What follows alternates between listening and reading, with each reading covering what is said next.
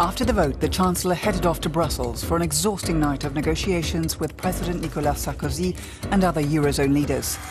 But the marathon session paid off. In the end, they managed to hammer out a deal.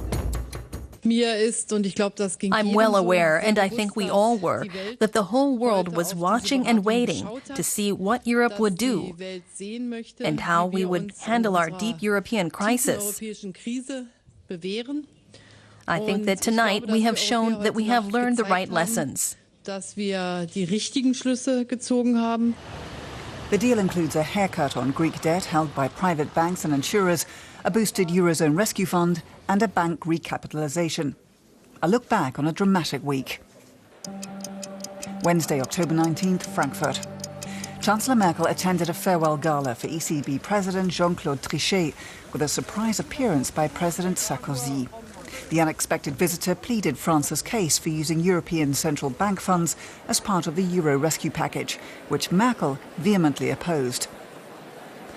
Following an unusually public disagreement between the two sides, Sarkozy departed without the backing he'd been hoping for. Friday, October 21st, Berlin. Chancellor Merkel summoned her party's lawmakers to a rare pre-dawn meeting. Many were demanding a greater say in the risky multi-billion euro rescue package for Greece. Above all, we want to know what leveraging would look like. That means there can't be any final decisions at Sunday's summit because the German government does not yet have the necessary backing from Parliament as represented by the Budget Committee.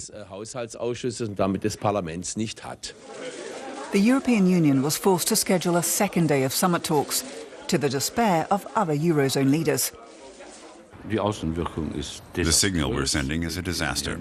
This is not an example of skillful statesmanship. Saturday, October 22nd, Brussels. Merkel arrived for the summit as new estimates circulated saying Greece would need more than 250 billion euros, twice as much as previously thought.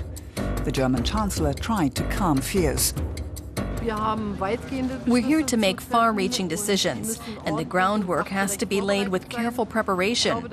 The finance ministers have made good progress, and I'm confident we can achieve our ambitious goals by Wednesday. All eyes were focused on France and Germany, the Eurozone's two biggest economies, in the run-up to the summit. A solution has to be found, an ambitious and lasting structural solution. There's no other choice. Sunday, October 23rd, day one of the summit. Berlin and Paris only gradually nudged towards compromise. Merkel pushed her plan for strengthening the Euro Rescue Fund by partially guaranteeing new bonds, including those of Italy. Rome going bankrupt is something the EU could scarcely afford. Merkel and Sarkozy were under enormous pressure as doubts mounted about the summit's ability to solve the crisis. Sarkozy said they knew it was time to act. The Chancellor and I are both completely resolved to finding a solution, a tough and lasting solution for all the problems we're facing.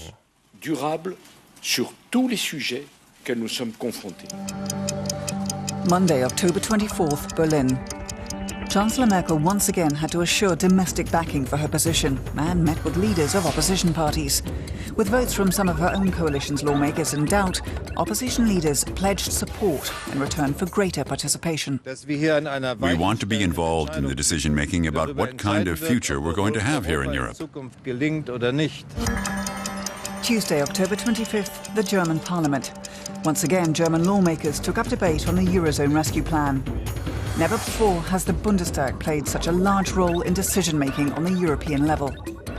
In the wake of a constitutional court ruling, the German parliament has to sign off on any further EFSF measures. It's become clear that the parliamentary backing has given our government, that is, the Chancellor and the Finance Minister, a stronger negotiating position. Both can negotiate knowing they have parliamentary approval. Wednesday, October 26th, Decision Day. The Chancellor put on a brave face at the start of a long day in Berlin and Brussels. In the second parliamentary vote on the Eurozone rescue in weeks, Merkel secured cross-party support, despite the large financial risks.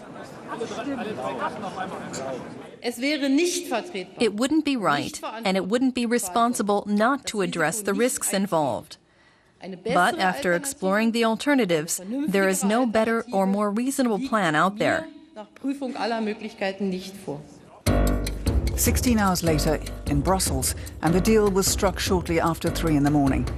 Angela Merkel made saving the euro a matter of survival for the EU, and for the time being, it has a new lease on life.